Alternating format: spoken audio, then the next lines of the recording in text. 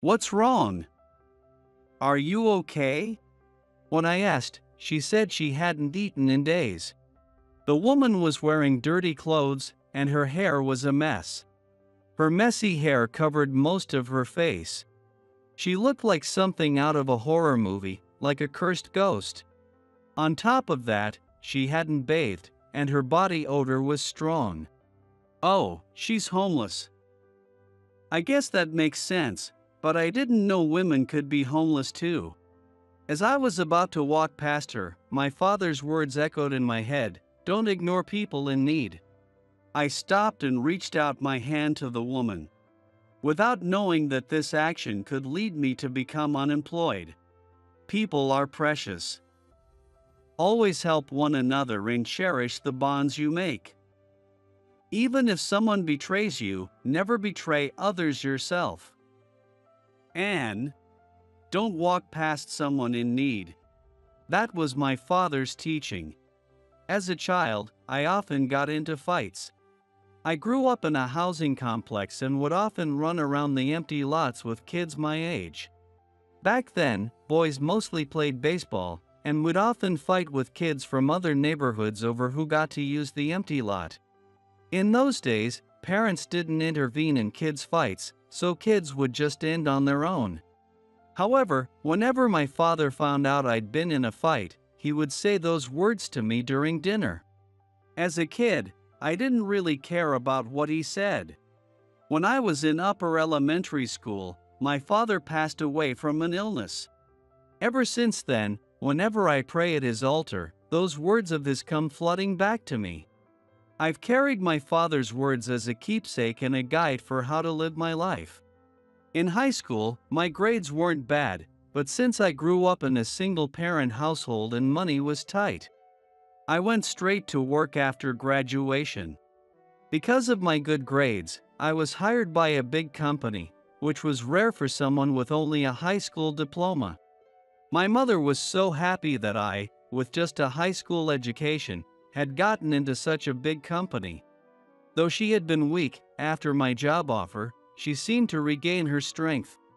At my job, everyone else had graduated from prestigious national universities or top private schools. I felt out of place as a high school graduate, but everyone recognized my passion and effort, so they respected the hard work I put in. As I continued working hard, I was given the opportunity to join a project, and that project turned out to be a success. Kenneth, the senior leader of the project, praised me for my contribution. He acknowledged my analytical skills, my attention to detail, my organization of documents, and the precision of my work. He said, "The project succeeded thanks to you. You really helped us."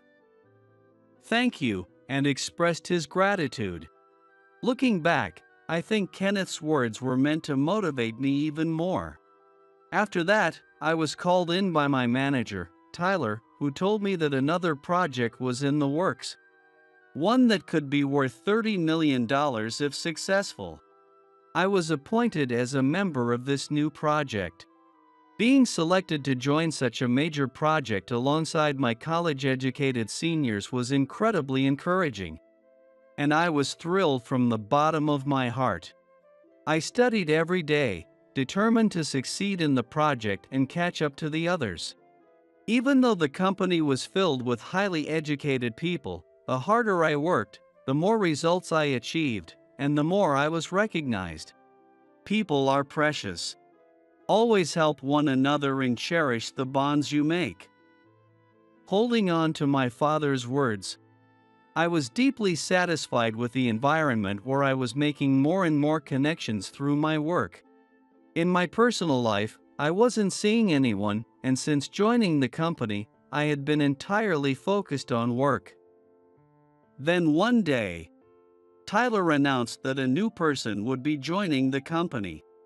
Apparently, the newcomer was a relative of the president, Mr. Harrison, and his name was Kevin.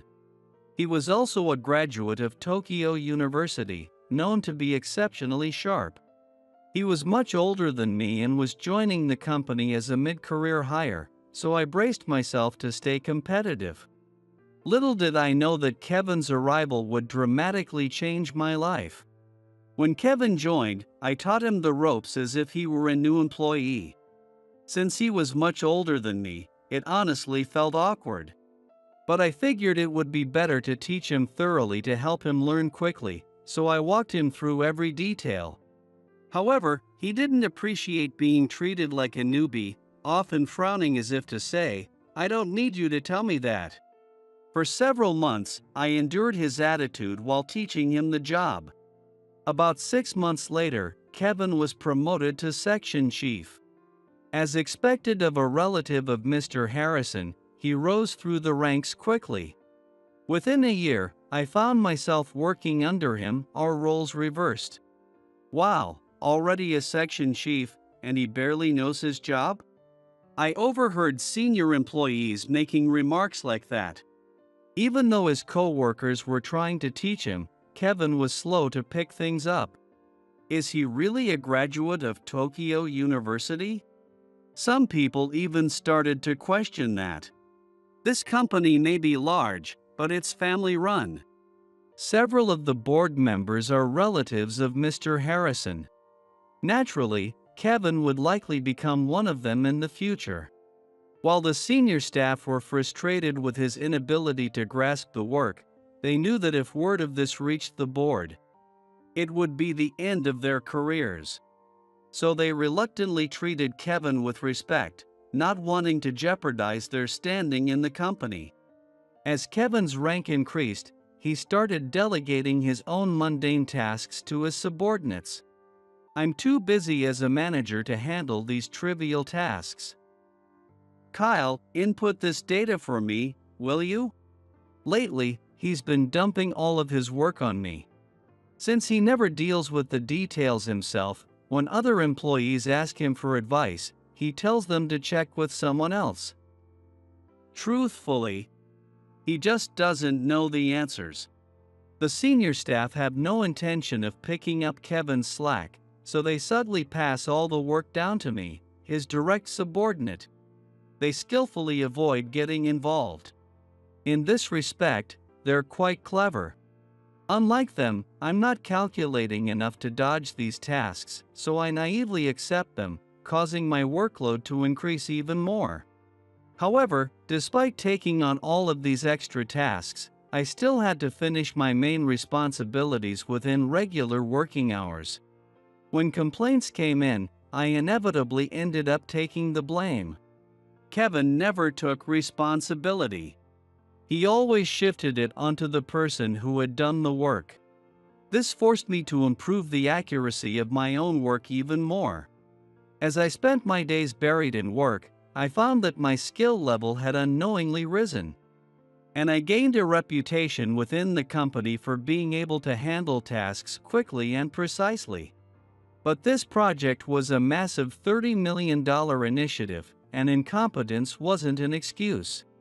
I tried to carve out time to help Kevin catch up with the rest of the team, but he would just say, "Look, you're a high school graduate, so you handle it.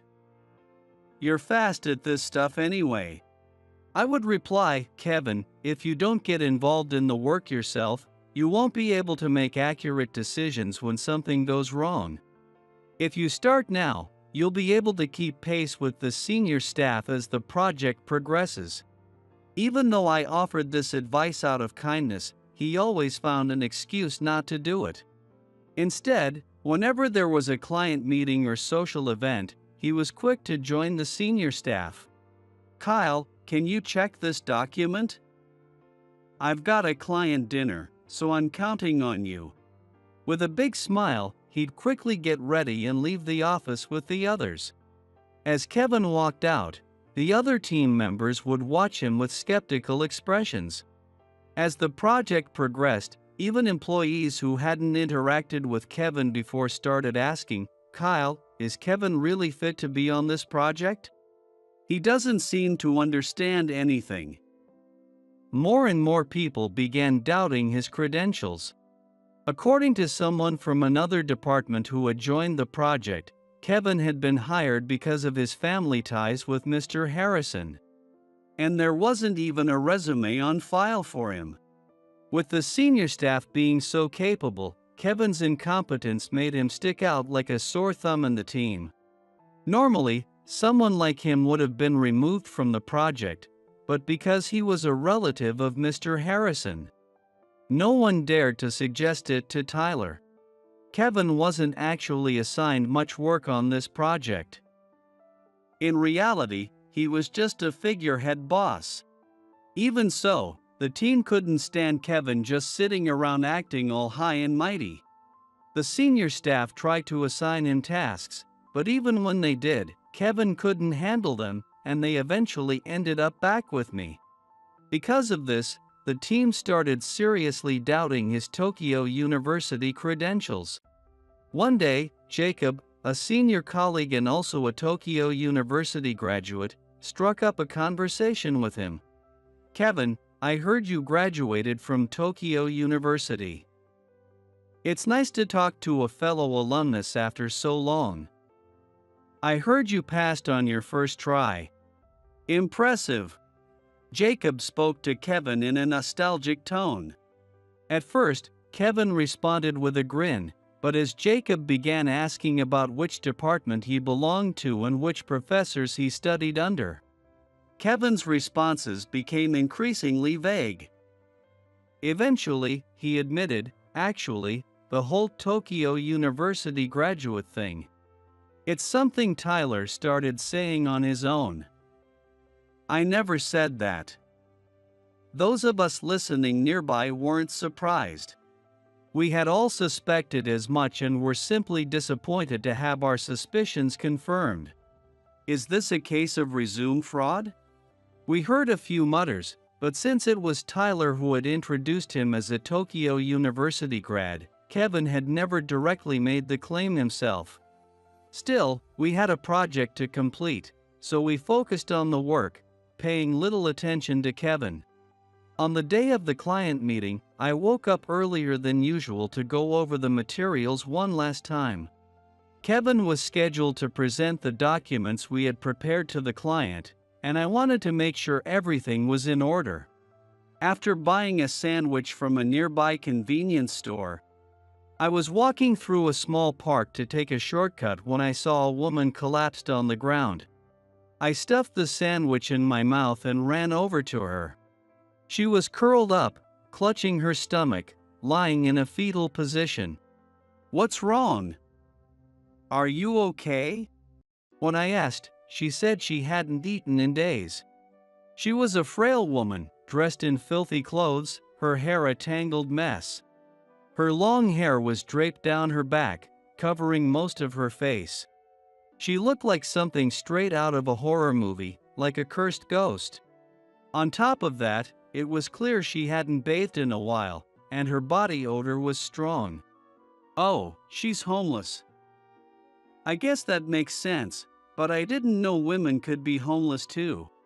I was about to leave her there, thinking there wasn't much I could do, but then my father's words flashed in my mind. "Don't walk past someone in need." I stopped and reached for my wallet, intending to give her some money, so she could buy something to eat. But as I looked at her more closely, I realized something was wrong. Her breathing was labored, and through the gaps in her messy hair, I could see sweat on her pale face. She looked like she was in serious pain. I decided she wasn't just hungry, and she was unwell, so I called an ambulance. While waiting for the ambulance, she continued to struggle. I couldn't just leave her lying on the ground, so I gently picked her up, despite the strong odor and her dirty appearance, and laid her on a nearby bench. After a while, the ambulance arrived with sirens blaring, and the paramedics rushed over. I explained the situation to them, and they took her to the hospital. As they lifted her onto the stretcher, I felt sorry for her. I took all the cash I had in my wallet and gave it to her, telling her to use it for her treatment. "This is too much. I can't accept it." Before she could finish, I handed her over to the paramedics and left the park. As I walked away, I heard her calling out, "Wait, please," but I didn't look back. I was too worried about being late for the client meeting. I checked my watch as I walked and realized I was already running late. Damn, I'm going to be late. I started sprinting as fast as I could. Out of breath, I arrived at the client's office, gave the receptionist my name, and explained the reason for my visit. I was directed to the conference room on the 12th floor, and I hurried to the elevator. The building was 30 stories high, and the elevator moved incredibly fast. But the ride to the 12th floor felt like an eternity, something I'd never experienced before. When I finally reached the meeting room and knocked on the door, I walked in to find the clients and my team already seated, all eyes turning toward me. I apologized for being late, and when they asked why, I explained what had happened in the park. My team believed me, but Kevin didn't. "Kyle, what the hell were you doing making the clients wait?" This is why a high school grad is useless. Even though I bowed my head in apology, Kevin's tirade didn't stop. "You can't even be on time, no wonder you can't get a girlfriend. You'll be single forever with that attitude. And seriously, that ugly tie? At least try to look decent." He kept insulting me, bringing up things that had nothing to do with work. Finally, he sneered, "Helping a homeless person? At least come up with a better lie. There aren't homeless women just lying around everywhere." As Kevin continued to berate me, I kept bowing and apologizing to the client. By the time I arrived, the presentation materials had already been distributed to everyone, and Kevin was about to give the presentation. Since Kevin couldn't handle preparing the documents, his only role as a manager was to present them. As I flipped through the materials, something felt off. Wait. This isn't right, something's off. As I was looking through the documents, I started to panic, and soon the client spoke up, noticing the discrepancy. "Kevin, it seems that the presentation you're giving doesn't match the materials we have in front of us." Kevin, realizing this, quickly glanced at the documents. They were indeed different from what he was presenting. Upon closer inspection, the only sections that were wrong were the ones I had been responsible for. "We deeply apologize for the oversight in distributing incomplete materials," Kevin said, bowing to the client. He then requested a chance to redo the presentation at a later time, but the client responded, "We'll need to think about it.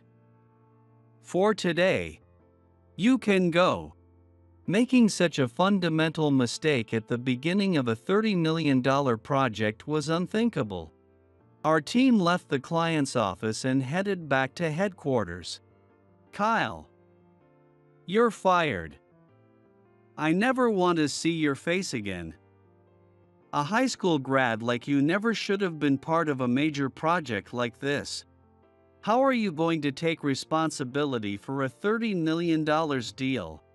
I had carefully scheduled everything and checked my work meticulously, so I had full confidence in the materials.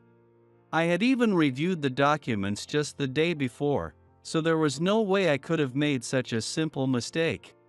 None of my colleagues said a word to me. It made sense because they had all sacrificed their time and energy, working late into the night for this project.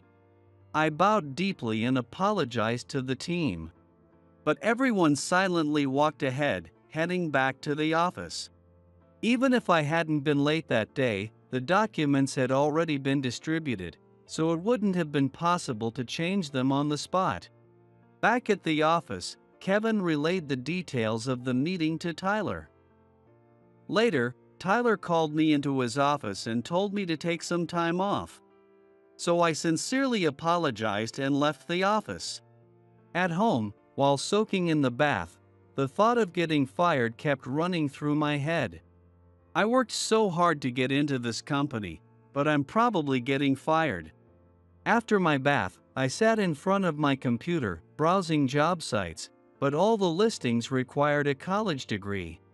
There wasn't a single position where I could apply my current skills with just a high school diploma. It's impossible.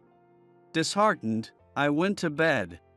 A few days into my leave, my mother came to visit. I had vented to her over the phone about what had happened, and she was worried. I made your favorite dish. Eat up and cheer up. No matter what happens, I'll always be on your side. She encouraged me before heading back home.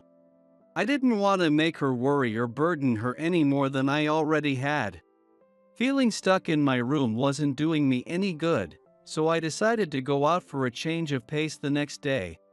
The following morning, I left home, but oddly enough, I left at the same time I usually do for work. My body remembers. I thought with a wry smile as I stepped outside. The weekday mornings are so quiet. Walking the familiar route, I noticed how different the neighborhood felt during the quiet of a weekday morning. My feet naturally led me to the small park I often cut through on my way to work. I thought I'd take a break there, but as I approached the bench, I saw a woman already sitting there, as if she were waiting for someone. The park only had one bench. Oh, someone's already sitting there.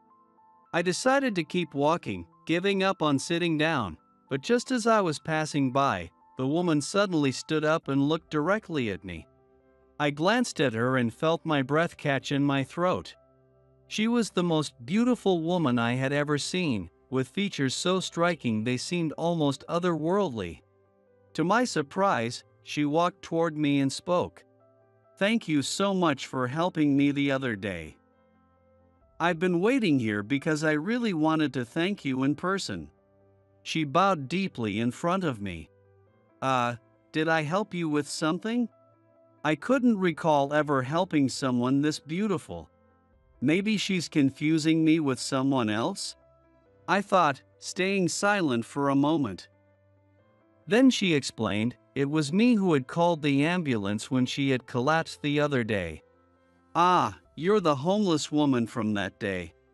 It finally dawned on me. The woman introduced herself as Madeline. In a flustered moment, I awkwardly smiled and introduced myself as Kyle. Have you lost some weight?" she asked. I replied vaguely, "Well, a lot has happened." Trying to brush it off, but then I suddenly felt the urge to tell her everything. After all, none of this was her fault. I knew that the mix-up with the documents was my responsibility, and I should have double-checked them. But for some reason, I felt an overwhelming need to vent my frustrations to her. I explained the events of that day, the incident with the documents, and why I ended up in my current situation. After listening to my story, Madeline looked down and said in a sorrowful voice, "I'm so sorry, it's my fault." Seeing the sadness in her expression, I was jolted back to reality. Why did I tell her all of this? I thought, feeling a wave of self-loathing for burdening her with my troubles. "No, it's not your fault. This was entirely my mistake, so please don't worry about it." I desperately tried to reassure her, but she kept her head down. Just as I was regretting my words, she slowly lifted her head, and for a brief moment, our eyes met. Her beautiful, clear eyes made my heart race.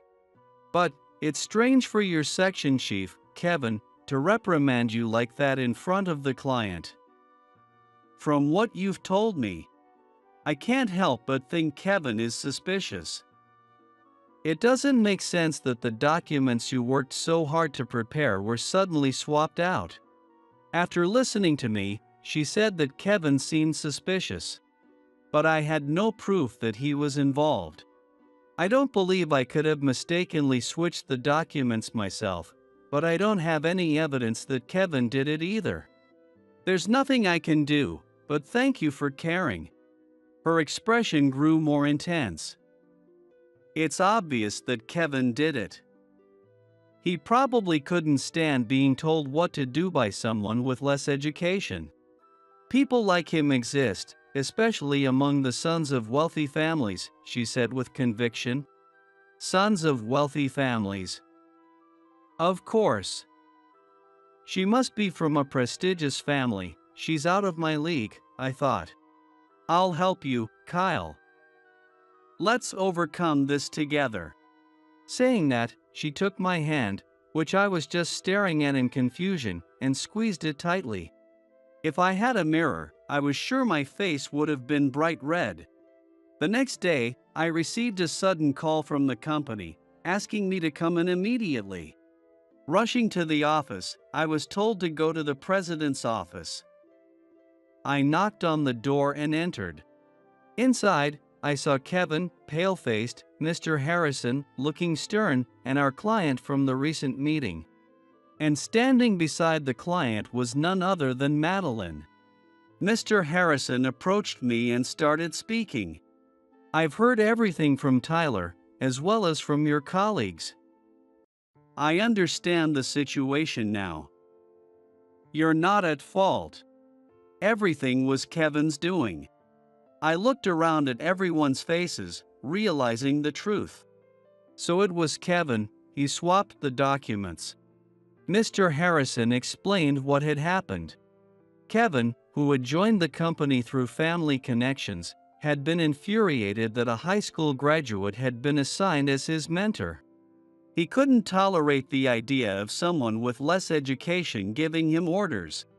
When he saw that I, a high school graduate, was participating in a $30 million project, he couldn't stand it.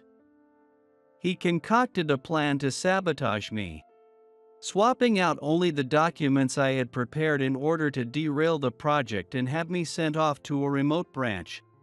He had even offered money to his colleagues to help him create alternate documents, but they had all refused him in a professional manner. Left with no one to help him, Kevin had created and distributed the false documents himself. This information came to light when some of his colleagues reported the incident to Tyler.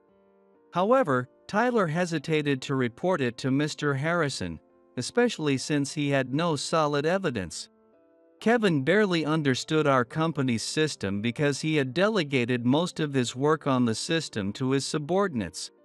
The fact that he hadn't properly deleted the documents became crucial evidence when the data for the fake reports was found intact after restoring Kevin's folder. After Mr. Harrison finished explaining, Madeline began to speak. Upon hearing my story the previous day, she had realized that the deal in question was between her father's company and ours. When she got home, she pleaded with her father to give me another chance, explaining how I had helped her. Her father, sensing something was off, had requested that Mr. Harrison investigate the situation, leading to the discovery of Kevin's deceit. Wait, she's the daughter of Mr. Hudson, the president of the client company. As I listened, I couldn't help but feel overwhelmed by the situation. When the conversation ended and I stepped outside the room, Madeline followed behind me. She then told me the full story. Her father had been strongly urging her into an arranged marriage with a man she didn't know. Not wanting to marry someone she had no feelings for, she rebelled and ran away from home. With no money and wandering aimlessly for days, she survived by drinking water from a park fountain to stave off her hunger. Eventually, she reached her limit and collapsed in the park where I found her. When she was taken to the hospital, the doctors diagnosed her with severe gastritis and stomach ulcers caused by stress and malnutrition. She used the money I gave her to pay her medical bills, but as soon as she left the hospital, she was found by someone her parents had hired to search for her and was brought back home. Now, she told me, she was feeling much better and could even enjoy her favorite barbecue again. Madeline had been waiting in the park every day during my usual commute time because she wanted to thank me in person. While we were talking, Mr. Hudson approached me from behind. I just wanted my daughter to be happy, but I made decisions selfishly without considering her feelings. I'm ashamed of myself. Thank you for saving her. I would love to work directly with you," he said, offering me a handshake. I hesitated for a moment but then shook his hand. After that, Madeline and I started going out for meals, and eventually, we began dating. One day, during lunch at a cafe, I couldn't help but ask her something that had been on my mind. "Why did you offer to help me that day? You could have just thanked me and left it at that." She looked at me seriously and began to explain.